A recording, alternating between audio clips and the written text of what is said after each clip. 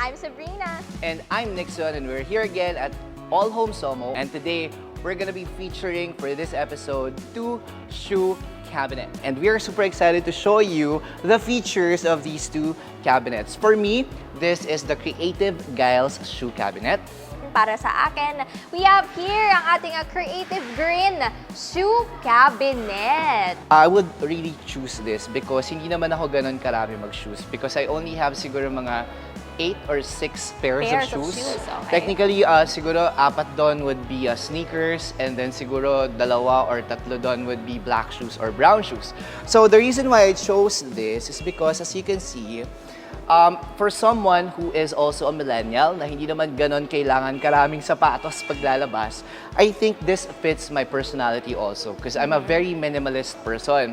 So feeling ko kapag maliit lang yung space mo sa bahay and you don't want na magkaroon ng, alam mo yun, kakain ng space mo, I think this is going to be a perfect shoe cabinet for you. And ako, I'm thinking nga na baka sa labas ko to ilagay or upon entrance. Kasi aminin natin, when we take off our shoes, talagang doon siya magsisimula from or outside or syempre upon entrance. So to me, this is very flexible and syempre sobrang magagamit ko to lalong-lalo na kung makakatipid ako ng space. How about you, Sal? Nako, ako naman, guilty kasi ako dun sa mga kumakain ng spaces. Kasi ako, guys, sobrang dami ko talagang footwear sa bahay. What I mean by footwear, I have heels. Syempre, diba, pag girls, sobrang dami talaga. We have sneakers, tons of sneakers. And at the same time, iba rin naman yung mga ginagamit natin at home. We have our slip-ons. Yan ang mga usong-uso ngayon na nakikita rin natin, right?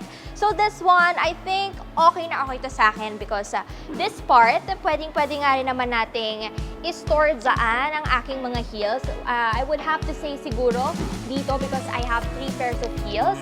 And siguro yung sa mga ibang parts na or ng storage area na to, I feel like lahat ng sneakers ko naman dito, ilalagay ko dyan. So, I'm not really a minimalist person because I feel like ang dami ko talagang sinusuot. Tapos, yung mga sinusuot ko, kailangan, di ba, from head to toe. Maganda yan, guys. That's right. So, I think this is also perfect for you. But for someone who's in a corporate job, who's not really into going out that much or, you know, prepping so much, this could be a perfect cabinet for you. So, again, gusto ko lang ipakita sa kanilang interior din because technically, kung mapapansin niyo, nakaslant siya ng ganyan. Diba? Nakaslant siya ng ganyan.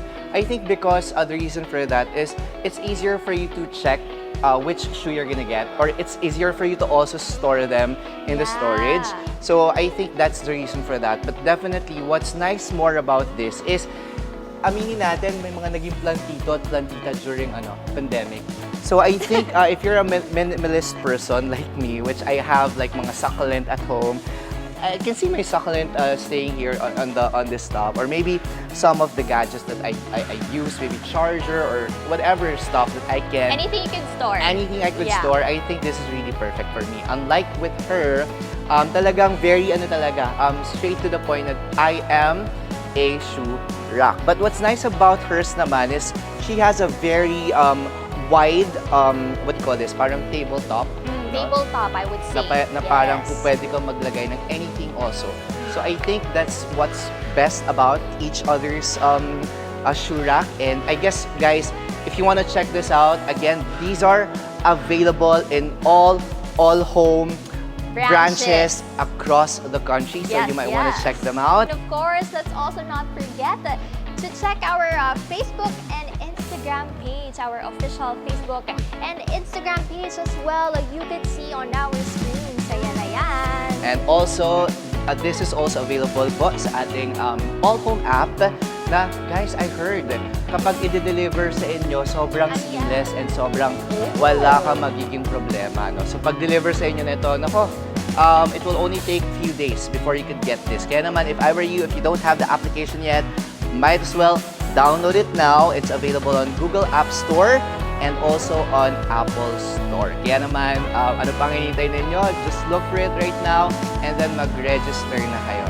At the same time, this is available on website. Yes, we also have our website. It's www.allhome.com.ph. Ayan guys, at syempre, i-deliver nga ang inyong mga items right at your doorstep. this ends our episode. This wraps it up.